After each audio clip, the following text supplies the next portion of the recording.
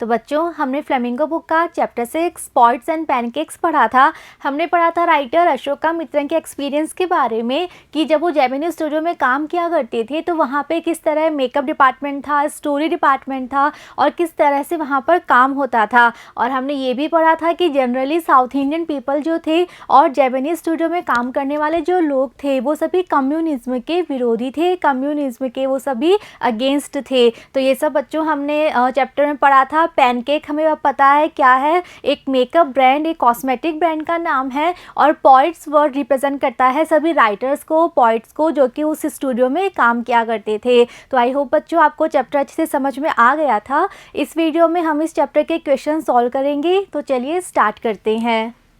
Question first, What does the writer mean by the fiery misery of those subjected to makeup? तो बच्चों first question है कि writer ने हमसे कहा था कि जो लोग वहाँ पे अपना मेकअप करवाते थे उन्हें फायरी मिजरी फेस करनी होती थी। तो फायरी मिजरी का क्या मतलब है, यानी कि जिन लोगों का मेकअप होता था उनको फायरी मिजरी फील होती थी। तो यहाँ पे फायरी मिजरी का क्या मतलब है? Answer, by the fiery misery the writer means the pain and trouble caused by the heat produced by the so many lights in the makeup room। तो fiery misery से राइटर का क्या मतलब है कि मेकअप रूम में जो इतनी सारी लाइट्स लगी हुई थी, अब जब वो सारी लाइट्स एक साथ जला करती थी तो वो क्या करती थी, हीट प्रोड्यूस करती थी और वो हीट डायरेक्ट जो लोग वहाँ बैठ के मेकअप करवा रहे हैं उनके फेस पे आती थी। तो फायरी मिजरी का मतलब है वो हीट जो कि वहाँ पे लगी हुई इतनी सारी लाइट्स के जलने से प्रोड्यूस होती थी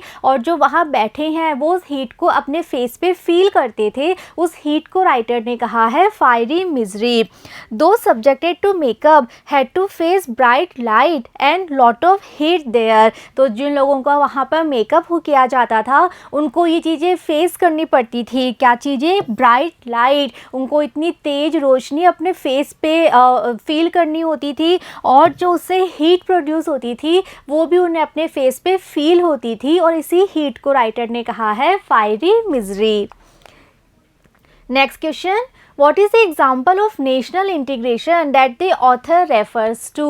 तो बच्चों हमने चैप्टर में पढ़ा था राइटर ने नेशनल इंटीग्रेशन, राष्ट्रीय एकता, राष्ट्रीय एकीकरण की बात कही थी। तो ये राष्ट्रीय एकता किस लिए कही गई है, किस चीज़ को रेफ़र करने के लिए, किस चीज़ को एक्सप्लेन करने के लिए राइटर ने राष्ट्रीय एकता, नेशनल इंटीग्रेशन वर्ड का यूज़ किया है? Answer, the head of the makeup department was earlier a Bengali. तो हमने पढ़ा था कि जो जापानीज स्टूडियो का मेकअप डिपार्टमेंट था उसके जो हेड थे वो पहले तो कौन थे, एक बंगाल के व्यक्ति थे, एक बंगाली थे। ही वॉज सक्सीडेड बाय ए महाराष्ट्रन। और जब वो बंगाली व्यक्ति वो स्टूडियो छोड़ के चले गए थे तो उनके जाने के बाद मेकअप डिपार्टमेंट के हेड कौन बने थे, एक महाराष्ट्र के व्यक्ति, एक महाराष्ट्रन बने थे। हु वॉज असिस्टेड, और वो जो थे महाराष्ट्रन वो तो हेड थे लेकिन उनके साथ एक पूरी टीम थी जो कि उनके अंडर काम किया करती थी, जो कि उनके असिस्टेंट थे। तो उनकी जो असिस्टेंट की टीम थी तो उनको असिस्ट किया जाता था। उस पूरी टीम में कौन कौन थे, एक धारवाड़ कन्नडिगा था, एक आंध्रा का व्यक्ति था, एक मद्रास इंडियन क्रिश्चियन था और एंग्लो बर्मीज था और इसके अलावा वहाँ के जो लोकल, जो मद्रास के जो लोकल तमिल लोग थे वो सब थे। तो इस तरह से वहाँ पे अलग अलग धर्म, जाति, लैंग्वेज के लोग थे। पहले हेड कौन था, बंगाली था, उसके जाने के बाद एक महाराष्ट्रियन बन गया, वो हेड था और जो उसकी पूरी असिस्टेंट की टीम थी उसमें भी सभी अलग अलग रिलीजन के व्यक्ति थे। जैसे कौन कौन थे, धारवाड़ कन्नडिगा थे, आंध्रा था, एक मद्रास इंडियन क्रिश्चियन था, एक एंग्लो बर्मीज था और इसके अलावा वहाँ के लोकल तमिल लोग भी थे। Thus, they were persons belonging to different states, religions and using different languages। तो इस तरह से वहाँ पे वो सारे व्यक्ति काम किया करते थे जो कि अलग अलग स्टेट, अलग अलग प्रांत से आते थे, अलग अलग रिलीजन्स यानी उनके अलग अलग धर्म थे और वो अलग अलग तरह की लैंग्वेज यानी कि भाषा बोला करते थे। लेकिन इन सब के बावजूद वो एक साथ मिलके वहाँ पर एज ए टीम काम किया करते थे। इसी को राइटर ने कहा है नेशनल इंटीग्रेशन यानी कि राष्ट्रीय एकता। तो राइटर ने कहा था कि राष्ट्रीय एकता का बिल्कुल परफेक्ट एग्जाम्पल एग्जाम्पल था मेकअप रूम डिपार्टमेंट जो था वहाँ का जेमिनी स्टूडियो का, जहाँ पे सभी अलग अलग स्टेट, रिलीजन और लैंग्वेज को फॉलो करने वाले लोग एक साथ मिलके वहाँ पे काम किया करते थे। Next question, what work did the office boy do in the Gemini studios? Why did he join the studios? Why was he disappointed? तो बच्चों एक ही क्वेश्चन में हमसे 3 बातें पूछी गई हैं। हमें क्या क्या बताना है कि जो ऑफिस बॉय था जेमिनी स्टूडियो का वो वहाँ पे क्या काम किया करता था। Second, why did he join the studio, उसने स्टूडियो ज्वाइन क्यों किया था, जब वो यहाँ आया था तो किस पर्पज़ से आया था। Third, why was he disappointed, अब वो इतना ज़्यादा डिसअपॉइंटेड क्यों रहता था, इतना नाराज़, इतना गुस्से में वो क्यों रहता था। तो बच्चों हम सारी बात का आंसर देंगे स्टेप बाय स्टेप। तो देखते हैं हम कैसे लिखेंगे answer. The office boy used to make up the players who played the crowd. तो ऑफिस बॉय का काम क्या था, वो उन प्लेयर्स का मेकअप करता था जो कि क्राउड का रोल प्ले करते थे। तो यानी कि जब वहाँ पे क्राउड शूटिंग हुआ करती थी तो क्राउड का रोल प्ले करने के लिए जितने भी प्लेयर्स आते थे उन सभी का मेकअप करने का काम किसका था, ऑफिस बॉय का। On the days of crowd shooting, he mixed his paint in a very big vessel and applied it quickly and noisily on the faces of the crowd players. तो वो क्या काम किया करता था, वो जब क्राउड शूटिंग होती थी, तो जब क्राउड शूटिंग का दिन होता था तब वो बहुत ज़्यादा बिजी हो जाता था और वो क्या करता था, वो एक बड़ा सा वेसल, बड़ा सा बर्तन लेता और उसमें वो पेंट को मिक्स कर लेता और फिर उस पेंट को वो अप्लाई करता, उस पेंट को वो लगाता बहुत क्विकली, जल्दी जल्दी और बहुत ही नॉइजीली लगाता और ऐसा लगता कि जैसे कि वो प्लेयर्स को स्लैप कर रहा है, इस तरह से वो उनके फेसेस पे लगाया करता था।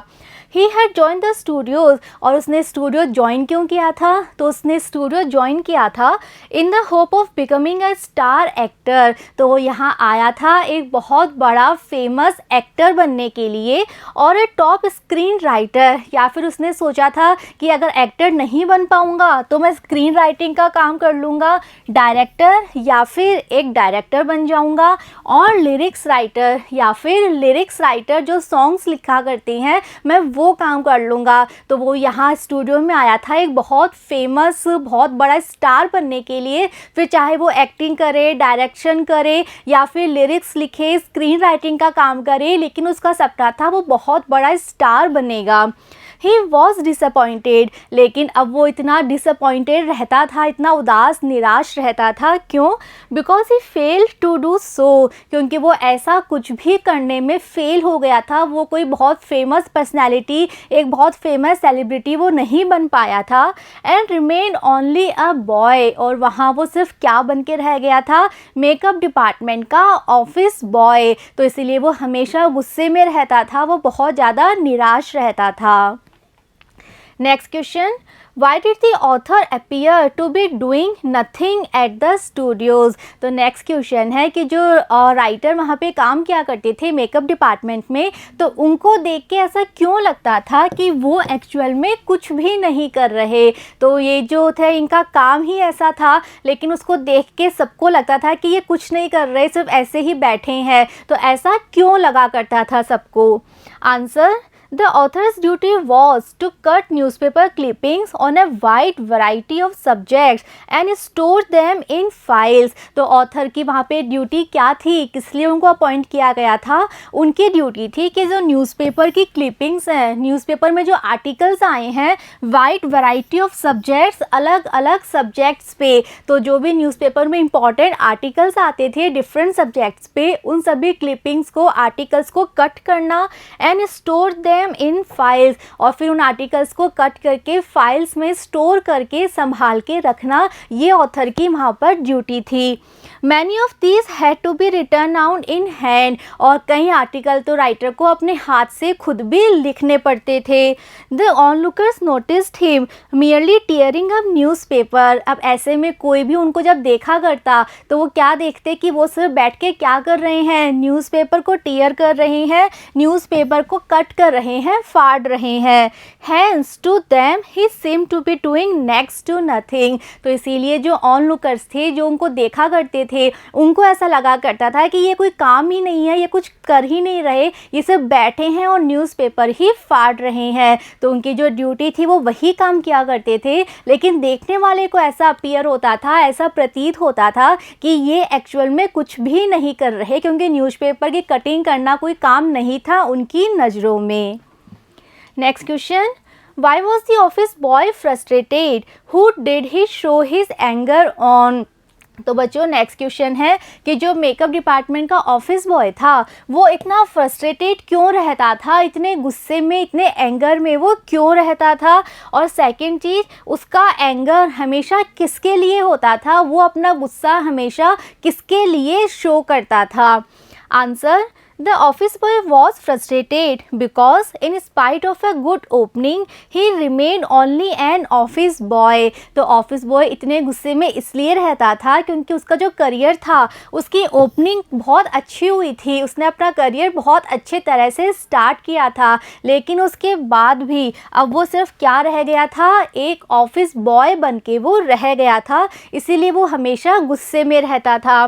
He had a good formal education and was a bit of poet too. अब वो जो ऑफिस बॉय था वो एक्चुअल में काफ़ी टैलेंटेड था, उसने फॉर्मल एजुकेशन भी काफ़ी अच्छी ली थी, यानी कि जो उसकी स्कूल की कॉलेज की एजुकेशन थी वो भी उसने काफ़ी अच्छी तरह से कंप्लीट की थी, और इसके अलावा उसमें लिटरेरी टैलेंट भी था, वो थोड़ी बहुत पोइट्री भी कर लिया करता था। But his great literary talent was being allowed to go waste, लेकिन उसका जितना भी ये लिटरेरी टैलेंट था इसकी वैल्यू किसी ने भी नहीं करी वहाँ पे, और उसका सारा टैलेंट वहाँ पे वेस्ट हो गया था। He showed his anger on Kothamangalam Subbu, और सेकंड बात हमसे पूछी गई थी कि वो अपना सारा एंगर किसके लिए शो करता था, तो उसका सारा एंगर किसके लिए था, कोठामंगलम सुब्बू के लिए था।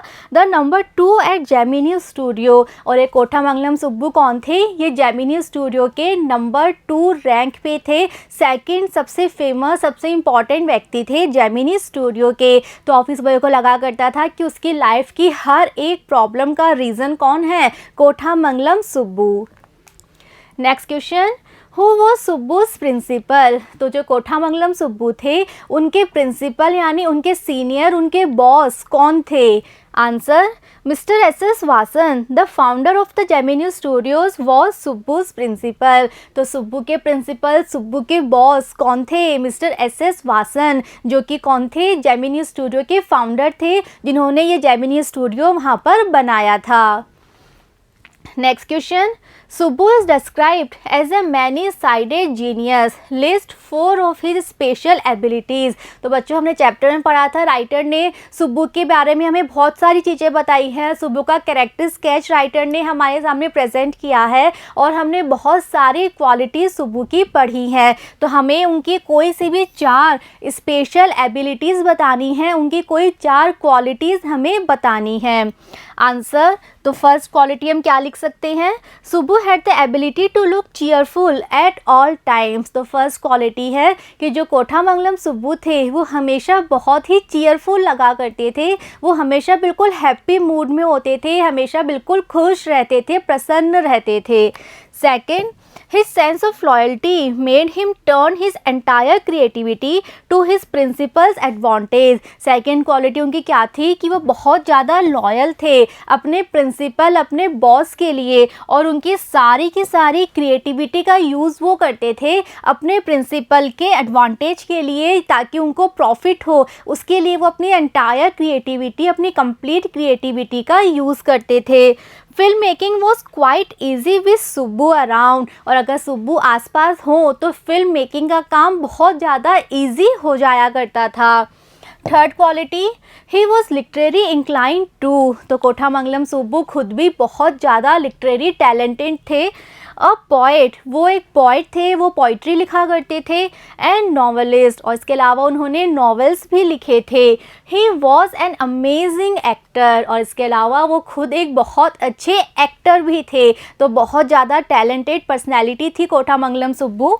फोर्थ क्वालिटी हमने लिखी है, he had a charitable and loving nature. तो फोर्थ क्वालिटी है कि उनका जो नेचर था वो बहुत ज़्यादा लविंग था, फ्रेंडली था और वो हमेशा सबकी हेल्प किया करते थे। सबके लिए उनके मन में चैरिटी की फीलिंग थी, वो सबकी हेल्प करके बहुत ही हम्बल थे और बहुत ज़्यादा काइंड थे। तो ये 4 क्वालिटीज़ हमने लिखी हैं कोठामंगलम सुब्बू की। Next question, why was the legal adviser referred to as the opposite by others. हमने पढ़ा था जो स्टोरी डिपार्टमेंट था वहाँ पे एक लीगल एडवाइज़र भी थे, एक लॉयर भी थे। तो हमारा क्वेश्चन है कि सभी व्यक्ति लीगल एडवाइज़र को उनका ऑपोजिट क्यों समझते थे, यानी कि जो उनका नाम है, जो उनका काम है, वो उससे बिल्कुल ऑपोजिट क्यों समझे जाते थे बाकी सभी व्यक्तियों के द्वारा। Answer, the lawyer was in the story department. तो ये जो लॉयर थे कहाँ काम करते थे, जेमिनी स्टूडियो के स्टोरी डिपार्टमेंट में ये काम किया करते थे। He was officially known as the legal adviser. और ऑफिशियली एक लॉयर को हम क्या कहते हैं, लीगल एडवाइज़र। उनका काम क्या होता है, लीगली मैटर्स पे अपनी एडवाइस देना।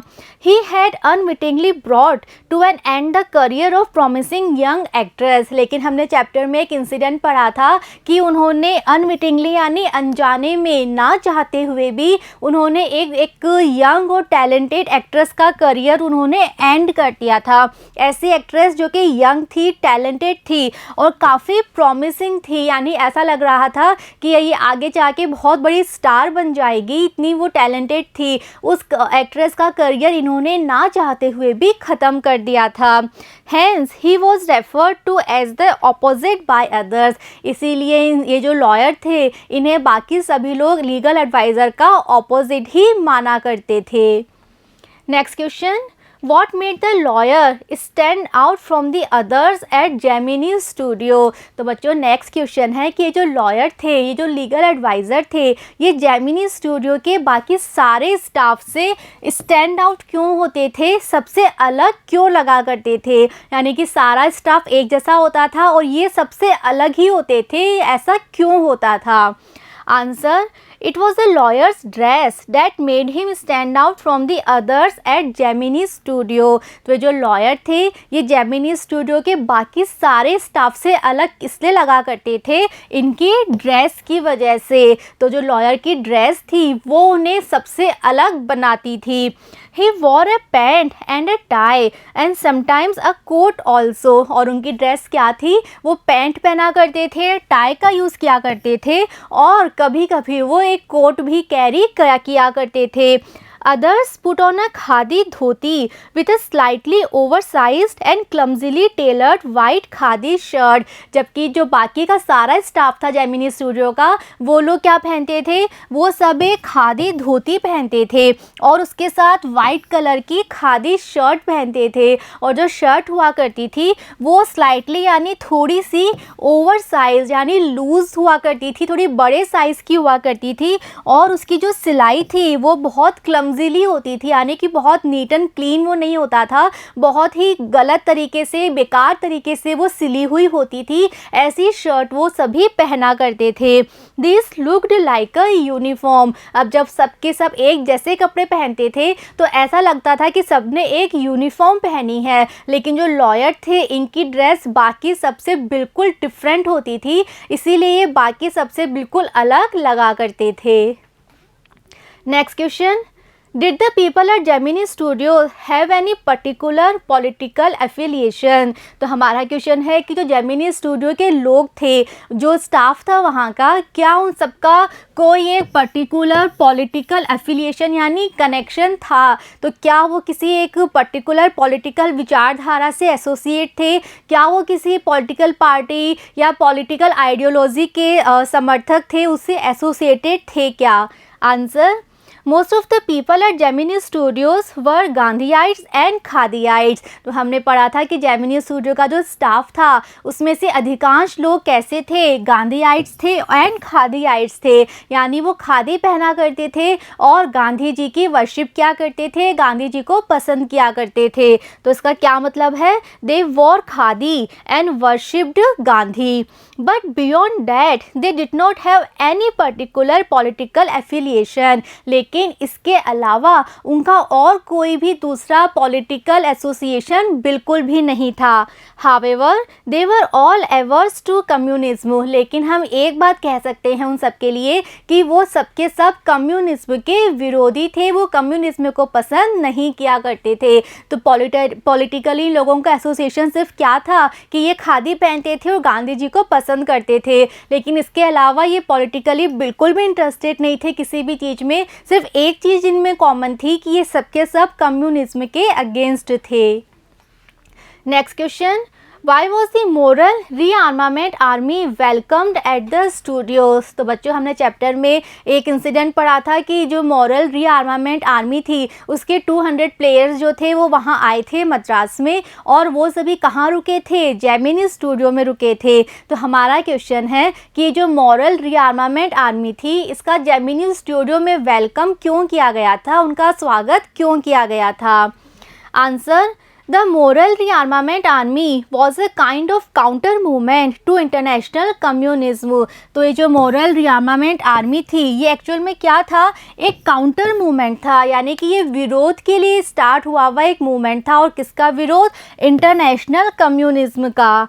Big bosses of Madras like mister Vasan simply played into their hands. और जो मद्रास के बिग बॉसेस थे, जो बड़े बड़े फेमस व्यक्ति थे, बड़े बड़े बिजनेसमैन थे, वो सभी इनके हाथों में खेलते थे, यानी कि जैसा ये कहते थे वैसा ही वहाँ के सभी बड़े बड़े बिजनेसमैन किया करते थे।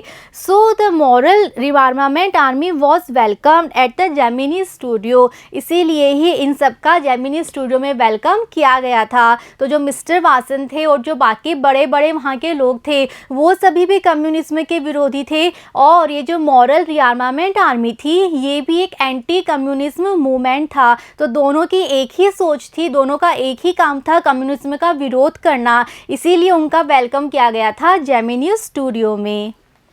Next question, name one example to show that Gemini Studios was influenced by the plays staged by MRA। तो ये जो मॉरल रीआर्मामेंट आर्मी थी, यहाँ से जो व्यक्ति आए थे, प्लेयर्स आए थे, उन्होंने वहाँ पे प्लेस किए थे स्टेज पे। तो हमारा क्वेश्चन है कि जो प्ले किए गए थे उनसे सभी लोग बहुत ज़्यादा इन्फ्लुएंस हो गए थे, प्रभावित हो गए थे। तो ऐसा हम क्यों कह सकते हैं? हमें एक एग्जाम्पल देना है ये बताने के लिए कि जो प्ले उनके द्वारा किए गए थे MRA के द्वारा, उससे सभी लोग बहुत ज़्यादा प्रभावित हो गए थे। अपनी बात बताने के लिए हमें एग्जाम्पल देना है। Answer, Madras and the Tamil drama community were influenced by the plays staged by MRA। तो जो MRA मॉरल रीआर्मामेंट आर्मी, इन्होंने जो प्लेस किए थे उन प्लेस के द्वारा मद्रास और तमिल ड्रामा कम्युनिटी के जो भी लोग थे वो बहुत ज़्यादा प्रभावित हो गए थे, बहुत ज़्यादा उनको वो जो प्ले थे वो अच्छे लगे थे। For some years, almost all Tamil plays had a scene of sunrise and sunset। और इतने ज़्यादा वो प्रभावित हो गए थे कि बहुत सालों तक जितने भी तमिल प्ले प्रेजेंट किए जाते थे, स्टेज पे परफॉर्म किए जाते थे, उन सभी प्लेस में सनराइज यानी सूर्योदय और सनसेट यानी सूर्यास्त का एक सीन हुआ करता था। In the manner of Jotham valley, exactly बिल्कुल वैसा ही जैसा कि जोथम वैली में किया गया था। जोथम वैली एक प्ले का नाम है जो कि MRA ने वहाँ पर परफॉर्म किया था। तो MRA ने वहाँ 2 प्ले किए थे, उनमें से एक था जोथम वैली, और इस प्ले में उन्होंने सनराइज़ और सनसेट का कोई सीन परफॉर्म किया था। और सभी लोगों को वो सीन इतना अच्छा लगा था कि बहुत सालों तक जितने भी प्ले तमिल वहाँ पे परफॉर्म किए जाते थे उन सभी तमिल प्लेज में वही सीन एग्जैक्टली कॉपी किया जाता था जैसा कि जोथम वैली में परफॉर्म किया गया था विथ अ बेयर स्टेज। और उन्होंने कैसे परफॉर्म किया था इस सीन को? बिल्कुल बेयर यानी बिल्कुल खाली स्टेज, अब वाइट बैकग्राउंड कर्टन, बैकग्राउंड में सिर्फ वाइट कलर का एक कर्टन यानी पर्दा, and a tune played on the flute, और साथ साथ एक फ्लूट यानी बांसुरी पे कोई ट्यून बज रही है। इस तरह से सीन सबसे पहले जोथम वैली में परफॉर्म किया गया था, लेकिन ये सीन सबको इतना अच्छा लगा था कि बाद में जितने भी प्लेज होते थे सब में वही सीन एग्जैक्टली कॉपी किया जाता था। Next question, who was the boss of Gemini studio? तो जेमिनी स्टूडियो के बॉस कौन थे? The boss of Gemini studio was mister S S Vasan. तो जेमिनी स्टूडियो के बॉस, जेमिनी स्टूडियो के फाउंडर कौन थे? Mister S S Vasan. Next question, What caused the lack of communication between the Englishman and the people at Gemini Studios? तो बच्चों हमने पढ़ा था Gemini Studio में एक विजिटर आए थे, एक इंग्लिशमैन आए थे और उन्होंने आके वहाँ पे एक स्पीच भी दी थी, लेकिन हमें ये बताना है कि वो जो इंग्लिशमैन थे और जो Gemini Studio का स्टाफ था उनके बीच जो कम्युनिकेशन था, जो बातचीत थी, जो इंटरेक्शन था, वो इतना कम क्यों था? उसमें इतनी कमी क्यों थी? क्यों वो लोग अच्छे से कम्युनिकेट नहीं कर पाए, अच्छे से आपस में इंटरेक्शन नहीं कर पाए? Answer, the people at Gemini studios were Tamil speakers. तो इसका रीज़न क्या था कि जो जेमिनी स्टूडियो का स्टाफ था वे सब कैसे थे? तमिल बोलने वाले। The Englishman was addressing them in his on language English. लेकिन जो विजिटर आए थे वहाँ पर, जो इंग्लिशमैन आए थे, वो उन सभी लोगों को कैसे एड्रेस कर रहे थे, कैसे संबोधित कर रहे थे? अपनी खुद की लैंग्वेज में, इंग्लिश में। He had a peculiar accent. तो एक तो लैंग्वेज बिल्कुल अलग और उस लैंग्वेज का भी जो एक्सेंट था, जो बोलने का तरीका था, वो भी बिल्कुल पर्टिकुलर एक इंग्लिशमैन का जैसा होता है, बिल्कुल वैसा तरीका।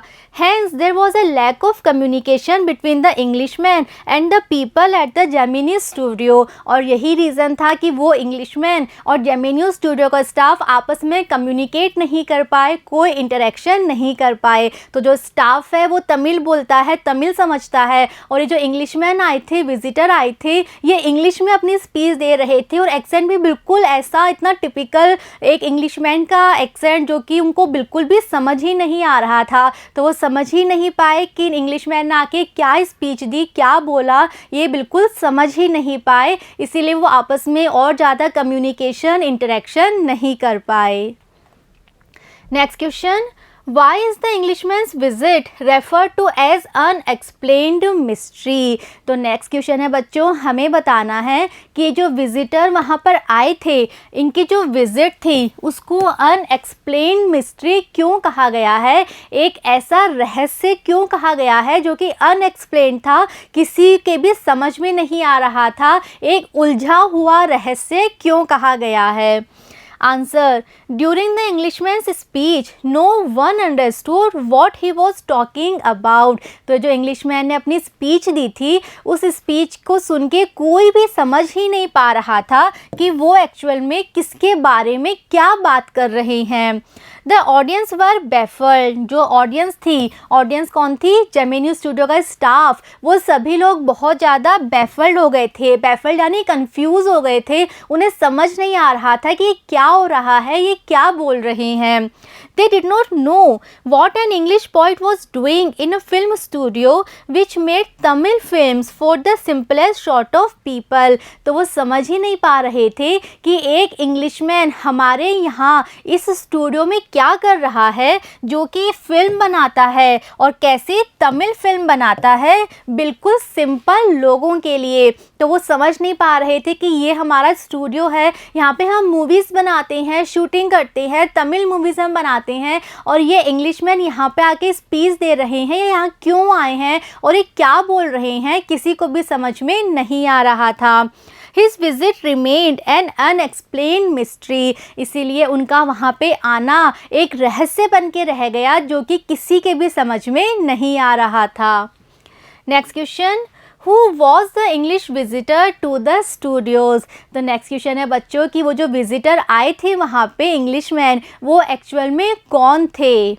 Answer, the English visitor to the studio was Stephen Spender. तो ये जो विजिटर वहाँ पे आए थे उनका नाम क्या था? Stephen Spender.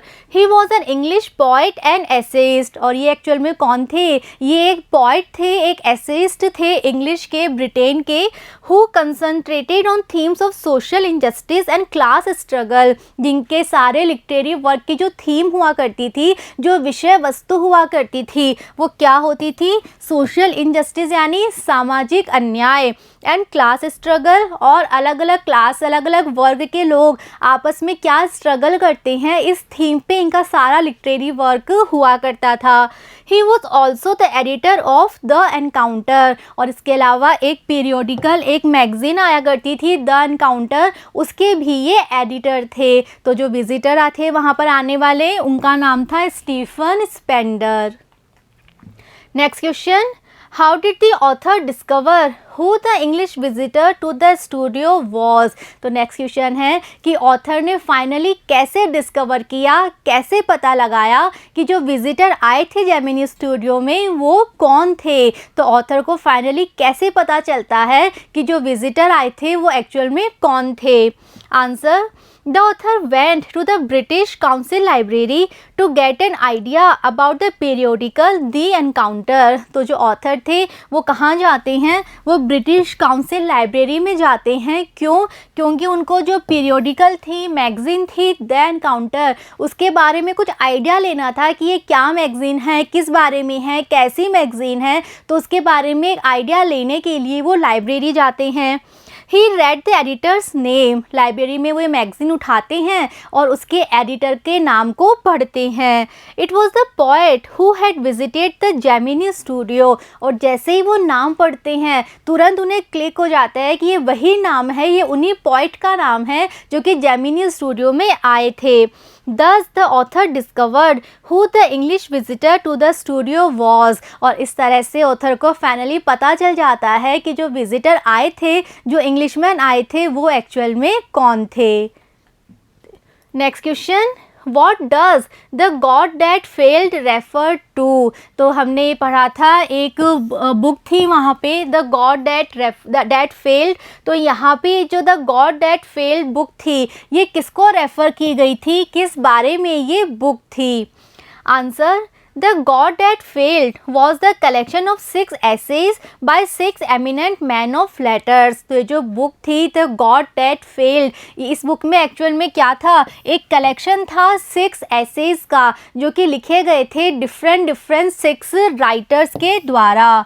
In these essays, each of them describes separately his journey into communism and his disillusioned return। तो 6 फेमस राइटर हैं, उन्होंने अपने अपने एक एक ऐसे लिखे थे। तो इन 6 ऐसेस का एक कलेक्शन थी ये बुक, और हर एक ऐसे में सभी राइटर ने क्या बताया था, क्या डिस्क्राइब किया था, उन्होंने अपनी जर्नी डिस्क्राइब की थी। किसमें? कम्युनिज्म में। यानी उन्होंने लिखा था कि किस तरह से स्टार्टिंग में वो कम्युनिज्म से अट्रैक्ट हो गए थे, वो कम्युनिज्म को उन्होंने फॉलो करना स्टार्ट कर दिया था, लेकिन बाद में कैसे वो डिसइल्यूजन्ड हो जाते हैं, कैसे उनका विश्वास टूट जाता है कम्युनिज्म को लेके, और कैसे वो वापस लौट आते हैं, अपनी जर्नी एंड करके फिर से लौट आते हैं। तो उस बुक में ये बताया गया था कि स्टार्टिंग में सभी को लगता था कि कम्युनिज्म एक गॉड की तरह है, जो हम सबके लिए बहुत अच्छा है, जो हमारे लिए बहुत अच्छे काम करेगा। लेकिन बाद में सबको समझ में आता है, जब उनका विश्वास टूट जाता है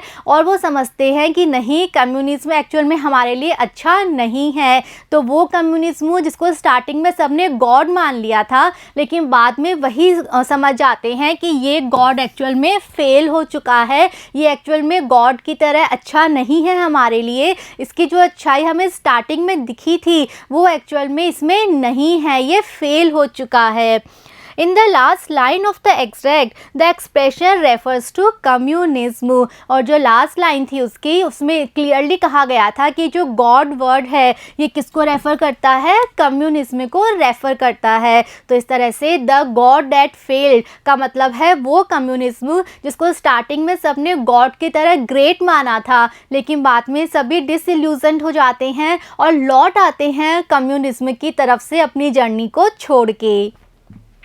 next question, the author had used gentle humour two point out human फॉइबल्स। तो इस चैप्टर में हमने कई जगह पढ़ा है, एक ह्यूमर का यूज़ किया गया है। ह्यूमर यानी हास्य का, फन यूज़ किया गया है। क्यों किया गया है? जो मानवीय कमजोरियां होती हैं, मानवीय गलतियां होती हैं, उनको पॉइंट आउट करने के लिए ह्यूमर का यूज़ किया गया है। Pick out instances of this. और हमारा क्वेश्चन क्या है, हमें क्या करना है, हमें इस तरह के इंस्टांसेस यानी एग्जाम्पल उदाहरण पिक आउट करने हैं जो कि ये बताएं how this serves to make the piece interesting, कि किस तरह से ह्यूमर का यूज़ किया गया है और कैसे इस ह्यूमर ने इस पीस यानी इस चैप्टर को और ज़्यादा इंटरेस्टिंग बना दिया है। तो हमें ऐसे एग्जाम्पल देने हैं, ऐसे एग्जाम्पल हमें कोट करने हैं जहाँ पे ह्यूमर का यूज़ किया गया है, जिसकी वजह से चैप्टर हमें और भी ज़्यादा इंटरेस्टिंग लगने लगा। आंसर तो हम एग्जाम्पल दे सकते हैं। First example, this gang of nationally integrated makeup man could turn any decent looking person into a hideous crimson hued monster। तो हमने पढ़ा था चैप्टर में, राइटर ने लिखा था कि जो मेकअप डिपार्टमेंट की गैंग थी, ये जो पूरा का पूरा ग्रुप था जो कि कैसा था, नेशनली इंटीग्रेटेड, राष्ट्रीय रूप से जुड़ा हुआ एकीकृत जो एक गैंग था, ये किसी भी डिसेंट लुकिंग पर्सन को, ठीक ठाक से लगने वाले व्यक्ति को चेंज कर देते थे। किसमें? एक रेड कलर के बहुत ही अगली मॉन्स्टर में। और कैसे चेंज कर देते थे? वो इतना सारा मेकअप लगा देते थे with the help of truck loads of pancake and a number of other locally made potions and lotion. तो बहुत सारा पैनकेक मटेरियल और इसके अलावा जो बहुत सारे पोशंस, लोशंस, लिक्विड्स आते हैं मेकअप करने के लिए, कॉस्मेटिक्स आती हैं, उन सब का ये इतना ज़्यादा यूज़ कर देते थे कि एक डिसेंट लुकिंग पर्सन भी एक मॉन्स्टर जैसा लगने लगता था। सेकेंड एग्जाम्पल हम दे सकते हैं, I suppose the sets and studio lights needed the girls and boys to be made to look ugly in order to look presentable in the movie. हमने पढ़ा था, राइटर ने कहा था कि उनको लगता था कि इतना ज़्यादा मेकअप क्यों किया जाता है, तो उन्होंने कहा था कि जो स्टूडियो की लाइट्स होती हैं और जो स्टूडियो का सेट बना हुआ होता है, उसकी ये रिक्वायरमेंट होती है, उसकी ये डिमांड होती है कि आप एक्टर एक्ट्रेसेस का इतना ज़्यादा मेकअप कर दो कि वो फाइनली जब उस कैमरे के सामने आए तो वो वहाँ पे प्रेजेंटेबल लगे, अच्छे लगे। Next example, this was perhaps the only instance in all human history where a lawyer lost his job because the poets were asked to go home। Next example हम लिख सकते हैं, जब राइटर ने कहा था कि ये ह्यूमन हिस्ट्री का, मानव इतिहास का इकलौता एग्जाम्पल होगा जब एक लॉयर ने अपना जॉब, अपनी नौकरी इसलिए खो दी थी क्योंकि पोइट्स को कहा गया था कि वो अपने घर जाए। तो जब जेमिनी स्टूडियो का स्टोरी डिपार्टमेंट बंद हो गया था, तब वहाँ पे काम करने वाले जो लॉयर थे उन्होंने भी अपनी जॉब, अपनी नौकरी खो दी थी।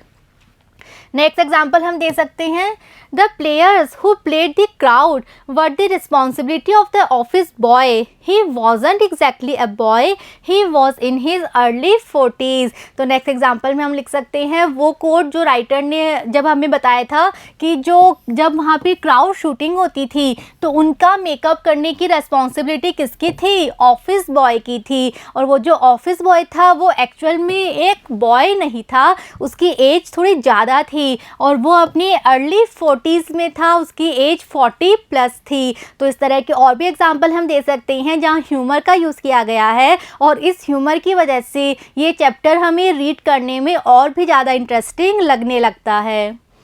Next question, Why was Kothamangalam Subbu considered number 2 in Gemini studio? तो नेक्स्ट क्वेश्चन है कि जो जेमिनी स्टूडियो था वहाँ पे कोठामंगलम सुब्बू को इतना इम्पॉर्टेंट पर्सन क्यों माना जाता था, उन्हें नंबर 2 की रैंक क्यों दी गई थी? तो नंबर 1 पे तो कौन थे? मिस्टर एस वासन, जो कि फाउंडर थे, जो कि बॉस थे वहाँ के। उनके बाद सबसे इम्पॉर्टेंट व्यक्ति वहाँ पे कोठामंगलम सुब्बू थे। तो उनको ये रैंक क्यों दी गई थी, वो इतने इम्पॉर्टेंट वहाँ पे क्यों थे? Answer, Kothamangalam Subbu was considered number 2 in Gemini Studios because he was a highly talented person। तो कोठामंगलम सुब्बू को जेमिनी स्टूडियो में नंबर 2 माना जाता था क्योंकि वो बहुत ज़्यादा टैलेंटेड व्यक्ति थे। ही had a multi faceted personality, और उनकी जो पर्सनैलिटी थी वो उसमें वो मतलब सिर्फ एक ही तरह टैलेंटेड नहीं थे, वो अलग अलग तरह से मल्टी टास्किंग थे, वो हर तरह का टैलेंट उनमें भरा हुआ था। He was next to his boss, और वो बिल्कुल अपने बॉस के बहुत ज़्यादा क्लोज थे। Subbu was the most suitable man for film making, और वो इतने ज़्यादा टैलेंटेड थे, हर तरह का टैलेंट उनमें था, और जितना टैलेंट फिल्म मेकिंग के लिए चाहिए होता है वो उनमें सब तरह का टैलेंट था, तो वो बिल्कुल सुटेबल व्यक्ति थे फिल्म मेकिंग का काम करने के लिए। He was able to suggest a number of ways for shooting a scene, और कोई सीन अगर हमें शूट करना है तो कैसे शूट किया जाएगा, इसके लिए उनके पास बहुत सारे ऑप्शंस हुआ करते थे, बहुत सारे वो ऑप्शन देते थे कि हम कैसे भी सीन को शूट कर सकते हैं, तो वो इतने ज़्यादा क्रिएटिव थे।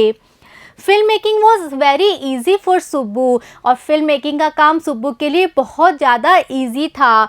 ही gave direction and definition to Gemini Studios during its golden year, और जब जेमिनी स्टूडियो इतना ज़्यादा फेमस था मद्रास में, तो उस समय जेमिनी स्टूडियो को जो डायरेक्शन, जो दिशा दी गई थी और इसको जो डिफ़ाइन किया गया था, जो परिभाषित किया गया था, वो किसके द्वारा किया गया था? कोठामंगलम सुब्बू के द्वारा ही किया गया था। तो वो बहुत ज़्यादा क्रिएटिव थे, बहुत ज़्यादा टैलेंटेड थे, और जेमिनी स्टूडियो के जो इतना फेमस हो चुका था उसमें कोठामंगलम सुब्बू का बहुत बड़ा रोल था, इसीलिए उनको नंबर 2 वहाँ पे माना जाता था। Next question, how does the author describe the incongruity of an English poet addressing the audience at Gemini studios. तो बच्चों नेक्स्ट क्वेश्चन है, हमें ये बताना है कि जो इंग्लिश पोएट, इंग्लिश विजिटर वहाँ पर आए थे जेमिनी स्टूडियो में, और आके उन्होंने अपनी स्पीच दी थी, उन्होंने वहाँ के लोगों को एड्रेस किया था, संबोधित किया था, तो वो किस तरह से उसमें इनकॉन्ग्रुइटी थी,